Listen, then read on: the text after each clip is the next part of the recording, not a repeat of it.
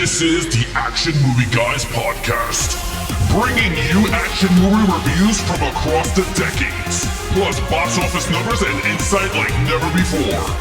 And now, your hosts of the Action Movie Guys podcast, Alex and Nate. What's up, everyone? Welcome to episode number 282 of the Action Movie Guys podcast. I'm your host, Nate. This is my co-host, Alex Figueroa. And we are back with a guest this week. We have another guest for this episode. You heard him on our last episode. Please, Mr. J, introduce yourself to the people once again. Hi, you got me here, Jay Manley. And if you don't know who Jay is, he's one of our longtime patrons, someone who has been watching the podcast since day one. You can catch him on our live streams over on YouTube sometimes. So he is a friend of the show. This is his second time hosting. He did an episode with us for Sicario way back when. Third time, I should say. So he's back for some Starship Troopers now. That's the movie we're doing, 1997, Paul Verhoeven, which I don't think we've done a Paul Verhoeven film yet. We haven't done RoboCop yet. I know that. No, it's on the list, but we haven't done it yet. Yeah. So and we didn't do Showgirls. We didn't do Showgirls. That's an action. Basic Instinct. We didn't do that one. That's Robert's favorite No, movie. we did Total Recall. Okay, so this is our second. Yes, we did. This is our second Paul Verhoeven movie. 1997 now. Alex, before we get into the scores and the box office, when's the last time you saw this movie? It's 25 years old now. 26. I haven't seen this until the 4K came out. Okay. The 25-year anniversary 4K. Not the Steelbook.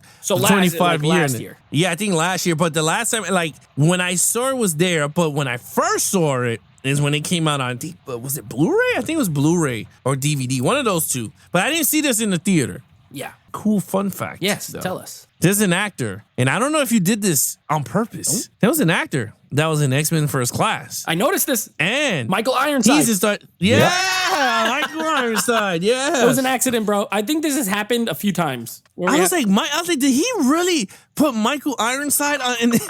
Bro, this was, well, he had such a small role in for it. He was like a boat guy. Yeah, it was the captain. So this was the unofficial Michael Ironside double feature. It was. Who knew? Jay, when's the last time you saw this movie? I know you said you watch it a lot. Geez, I watched this last year as soon as I got the 4K media. Okay. So 1 year since you've watched it. Yes. All right, I didn't see this in the theater either because I was 10, so I wasn't allowed to watch movies like this in the theater yet. My grandma didn't take me. And if she didn't take me, I wasn't watching R-rated movies. So I never saw it in the theater. The funny thing is, I actually have never, everybody don't come at me. Relax already. I've never seen this movie start to finish until this, to do for this podcast. I have seen this movie in bits and pieces like 40 times on like Sci-Fi Channel and USA and TNT. So there's scenes in this movie, like individual scenes that I've seen like 30 times. But like start to finish, not on TV. This is my first time. So this is kind of like a first time watch, but not really. I still knew a lot of the parts. Although there was a few parts I was like, I've never seen this. So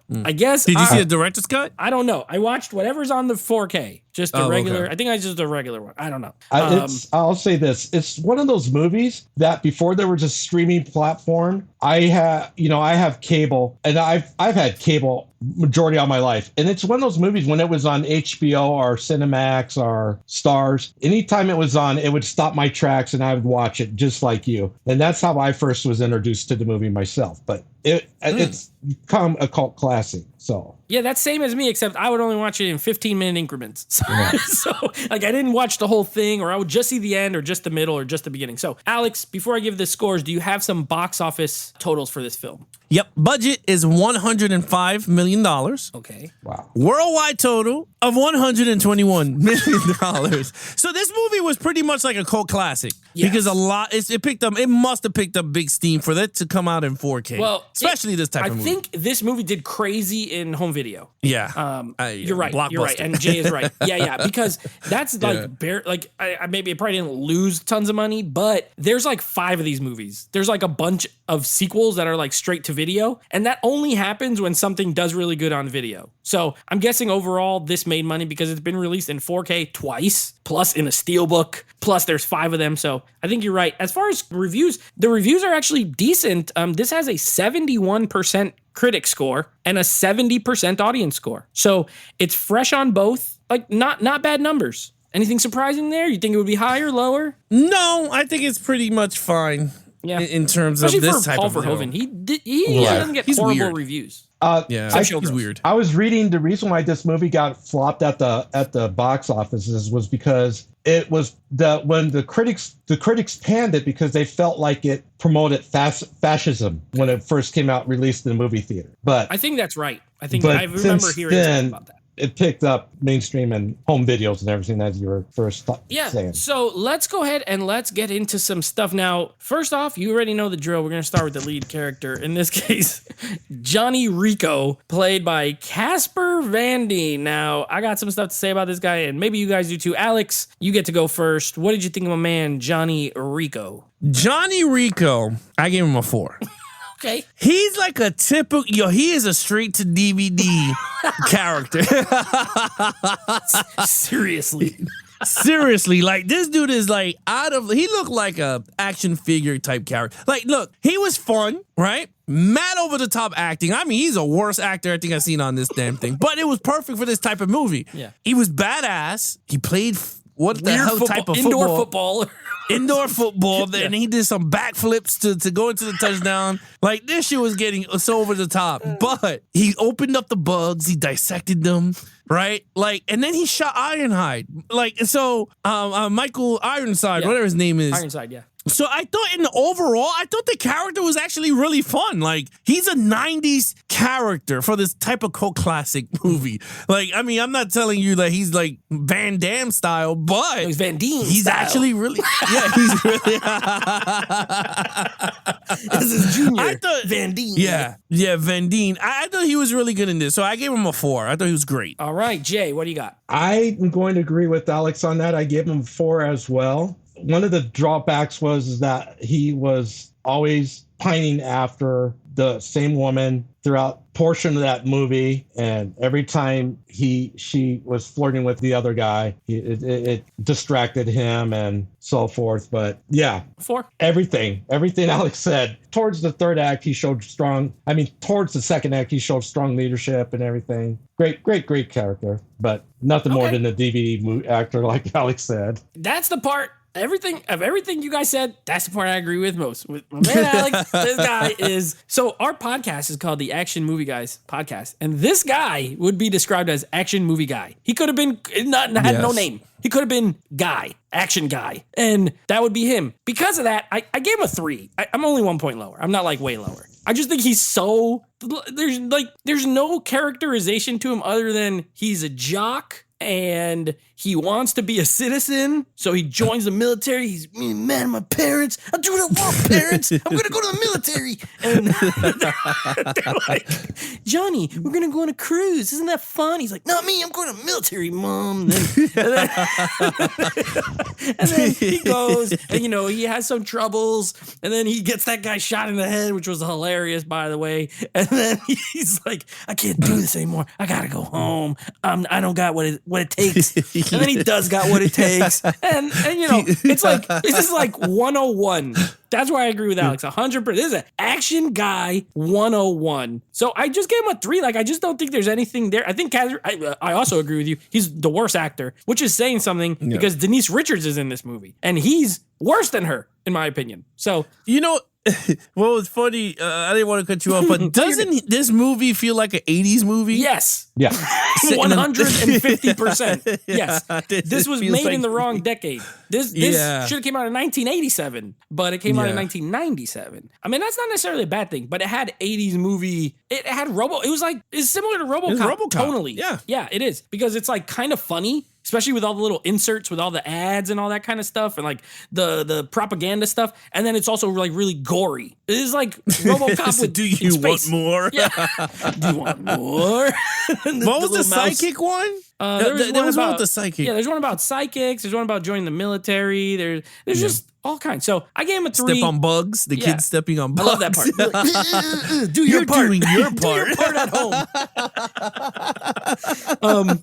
He does have the square jaw, so he looks the part, but he's a horrendous actor, kind of. So a 3. I think he's not like the performance would be a 1, but the character, I'll give him a 3. So 3, 4, 4. Yeah. All right, main villains in this case is bugs. So similar to Cowboys and Aliens, it's an alien race. Yeah. Jay, you get to go first. What did you think of the bugs? I'm going to grimace on that for a second because I was struggling with this on who the villains were. Because in this point, the bugs. Are really the bugs the humans, or were the bugs the villains, or were the humans the villains? Because if you think about it, the humans were invading the bugs' homes. Right, but you got to look at it in a way of, in terms of the villain of the film. The way the story is told, we are following the human characters. Okay. So whether you think they are bad for invading, they also were saying that the bugs sent a meteor at them and all this. They think they're doing revenge. Okay. So in the context of what they're telling us, you're right. You could watch it that way, but we're going to score the bugs. Because we just scored the main hero as Van Dien, not the roach. All right. Well, I'm going to go with the bugs.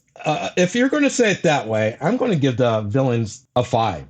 If you look at how those bugs were they were annihilated. If the first in the first act, when they go to that planet, those bugs were kicking ass, man. They were just annihilating those humans left and right, and they fall back and they couldn't do nothing. So definite 5 right there. Nice. All right, Alex. Yeah, I agree with Jay. This is a 5. I love the bugs. Look, one thing that Paul von Hagendogs did that was pretty good.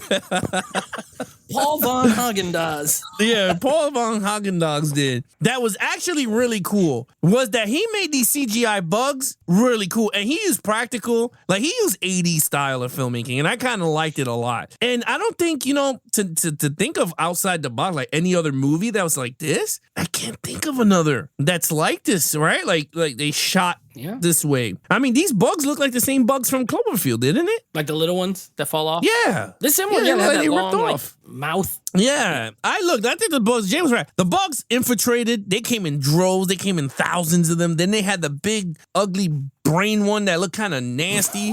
I like that. I like the little bug ones that you could squash. You know what? I think Paul did a great job as a director. He pulled an impossible task, and he did a hell of a job because that thing looked actually really cool. So I gave it a 5, and I think they were ruthless and everything. Yeah. To compare to our last film, Cowboys and Aliens, where one of my problems was like they don't talk really. They're just like monsters, right? But to me, like this is the way better version of that. These freaking first of all, there's a million of them. There's like just nonstop. They look cool as hell. You're right. These effects hold up. This movie's 26 years old, and I'm watching it in 4K, and I'm like, usually in 4K, older movies with CG, sometimes that CG does not look great. This looked really good. I was like, dang. I mean, 1 or 2 was a little bit, but for the most part, they look great. And then you got the big bad beetle bug that comes out of the floor that has like a flamethrower on its head. Sick. I love that thing. The nasty brain one. Okay. I hate that thing. It looks so disgusting. It looks like it has a big like vagina in its face, and then a stick comes out of it and it like sucks your brain out. Like I absolutely hate it. I know they did that on purpose, and I hate it, but it's cool. It like literally sticks it in the brain and sucks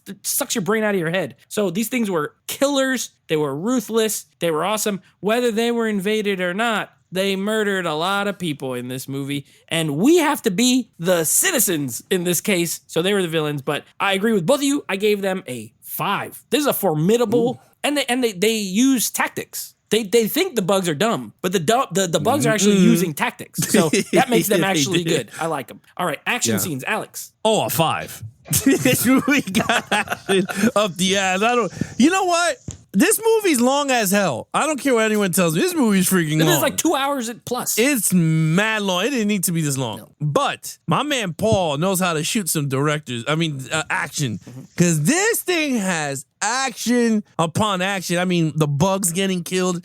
Loved it. Arena football, loved it. I thought it was corny, but you know what? That was pretty cool. The ending sequence was actually pretty cool with the nuke. I thought that was pretty cool. The plane scenes in outer space was actually really fun. The fight in that little, Total Recall area where they were like doing tattoos and everything. Yeah. I thought that was pretty cool. Like, honestly, he did a hell of a job, man, with the budget that he had. To think out the box like he did, I'm telling you, Paul actually did a great job, man. I give it a 5. I think it was really good. Right on. Okay, Jay, what do you got? Action. 5. I loved every minute of the action in this movie. And I'm sitting here thinking, you know what? I'm watching the part where they're training And I'm like, you know what I want to do? I want to call up Alex. I want to call up Nate. I want to call up Rob. I want to call up Scott. I want to go do some laser tag.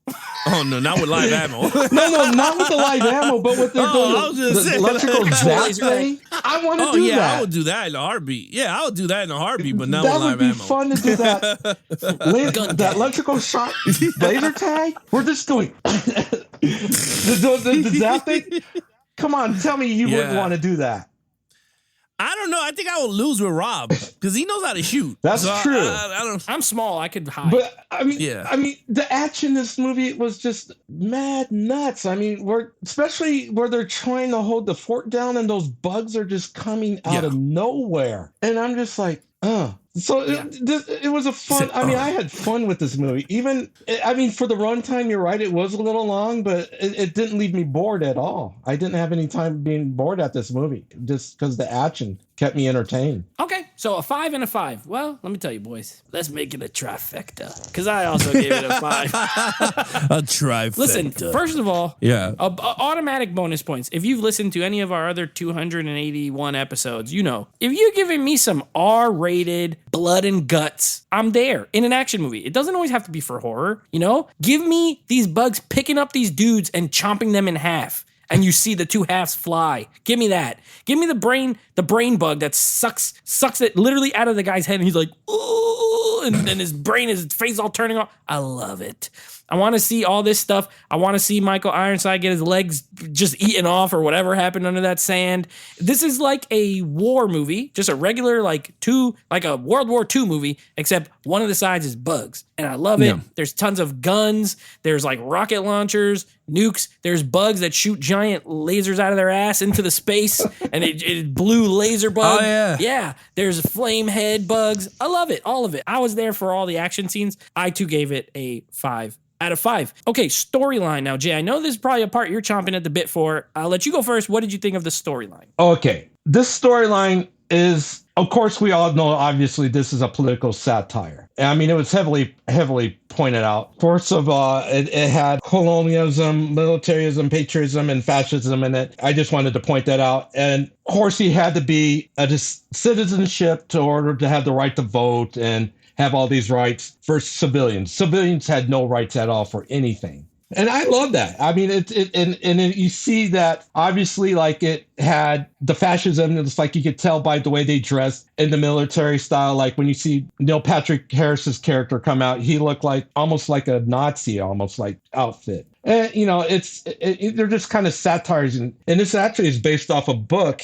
written in 1959, written during the Cold War. So, and I would like to read the book, but I haven't had opportunity to. People say that the book is much better than the movie, but don't they always? But of course, I digress. The movie, the storyline is actually pretty great. I like the storyline, so I gave it a 4. A 4. All right, Alex, what do you got? Storyline, to bring it down nuts. Like, for me, I wasn't too crazy with the storyline. It's very 90s like storyline, but like I said, it was entertaining enough. I gave it a 3. I thought it was good, but I forgot to say, this movie's very rated R. I mean, the blood, the body parts. I mean, even when they walk into the facility, it felt like an Aliens movie. Like the bodies are just there, opened and smeared, and I was like, you know what, this is actually pretty cool. Like I like it. The storyline, like I said, it was long at times. Felt kind of bored at certain parts of it. I was just like, oh my God. Whereas RoboCop, I felt like RoboCop had that perfect length of like they knew what they were doing with the story. This one, it felt like they were just stretching it out. Like, let's just throw more blood and guts and all this stuff. So like for me, I was just like, I was checking out pretty quick, but it kept bringing me back in with all the bugs and everything. Rico is cool. Denise Richards, again, this is the only good movie that I think she acted great in, because in Bond, she sucked. But this one, she actually was pretty good in this one. Yeah, I agree. Yeah, she's an Oscar award winner. So I was just like, all right. I think, and all in all, I think it's a solid storyline. So I gave it a 3. Yeah, I'm with you. I gave it a 3. I don't think all the satire hit for me. I think they threw a lot at the wall to see what would stick. Some did. I do think, the comp to RoboCop is fair. I think they're similar in a lot of ways, but I too agree that one is way better. And I'm not just saying like a better film. I just mean the storyline and the satirical elements of it are better. And easier to follow. A lot of times I was like, they're doing too much that it's not all hitting for me. Like some of the humor worked and some didn't. Some I was just like, this is not that funny. And they keep going to this thing. They went to the well a lot of times with the little advertisements in the middle of the movie. Yeah. I'm like, okay, this is weird. Also, so this was the first time I really watched the beginning, like 20 minutes, and I did not like it. I did not like it. It's like a high school. They're in high school. First of all, they're in high school and they all like look like they're 25 years old. Okay. And it's a high school movie. Like they go to the dance, they're in class dissecting bugs. And I'm like, what is this? Like, I did not like the beginning of the movie at all. I think so that's to your point, Alex. I agree. I think this movie could have been 30 minutes shorter, honestly, like an hour and a half, maybe 95 minutes. Perfect. Because I think the beginning was pretty weak. So yeah, I just gave it a 3. I think it's a good overall story in there, but there's a lot of stuff that could have been cut, in my opinion, and not everything works as well as I think they hoped it would. So a 3, and a 4. All right. Overall, Alex, what did you think? So I was tossed up with this one. I was really torn up on this because I was like, where would I fall on this in a scale? And honestly, I came up with a 3. And this is why. It is way too lengthy for this type of story. 2, I enjoyed everything about it. I think in terms of like, if you tell me this or Sharknado, I'll pick this over Sharknado any day of the week. Like these type of films. And I like Paul as a director. And I'm not saying he's horrible. I think he did some great gems in his filmography. Yeah. But I think you're right. He did some stuff that he just kept repeating. And I was just like, oh man, this is getting boring now. But in all, I enjoyed it for what it was. It was fun. It was campy. It was I can see why the cult classic and why they had 2 other sequels behind it, which I never saw and I don't think I ever will. But yeah, I think a 3 is solid. I think this is a solid film, but it looks great in 4K. It is a fantastic 4K. It looked like they shot it now, but other than that, like I gave it a 3 as a solid movie. All right, Jay, what do you got? I gave it a 4. This is a movie that I can watch at least once or twice a year. I'm a 90s movie fan. I love 90s films. Yeah. But this doesn't feel like a 90s film to me. It looks like a 90s film and it feels like an 80s film. And I too gave it a 3. While I was watching it, so at the beginning again, I didn't really like it. I was like, the beginning of this sucks. But I know what was coming because I've seen this movie and like I said, I've seen a bunch of other parts. But I just found myself waiting for those parts to come. I think the action is great. I think that's where it's really killing it. I think the story's fine, but because of the story is where I fall on the 3. As good as the action is, as cool as the bugs are, like none of these characters are amazing. You know what I mean? Like Denise Richards, I actually like her arc pretty okay. Casper Van Dien, again, generic guy. Dina Meyer, very beautiful, but really just like loves him since they were in school and then just like constantly waiting for him to become like available and then dies. Like by the end. And then you got Neil Patrick Harris who constantly comes in and out. I hate the ending, by the way. I actually don't like the ending, which is why that also falls into a 3 for me because I do not like these 3 friends. It almost like all this crazy stuff happens. These people have died and they're like, hey, us 3, we're still buddies and whatever. And I'm like, what the heck? Like, and then they're talking about what's going to happen, but it doesn't feel like it ends to me. Like we're going to keep on fighting the bugs. So there's not a really solid ending in my opinion. Yeah, Patrick Muldoon, he plays the guy who gets his brain sucked out. I hate that guy.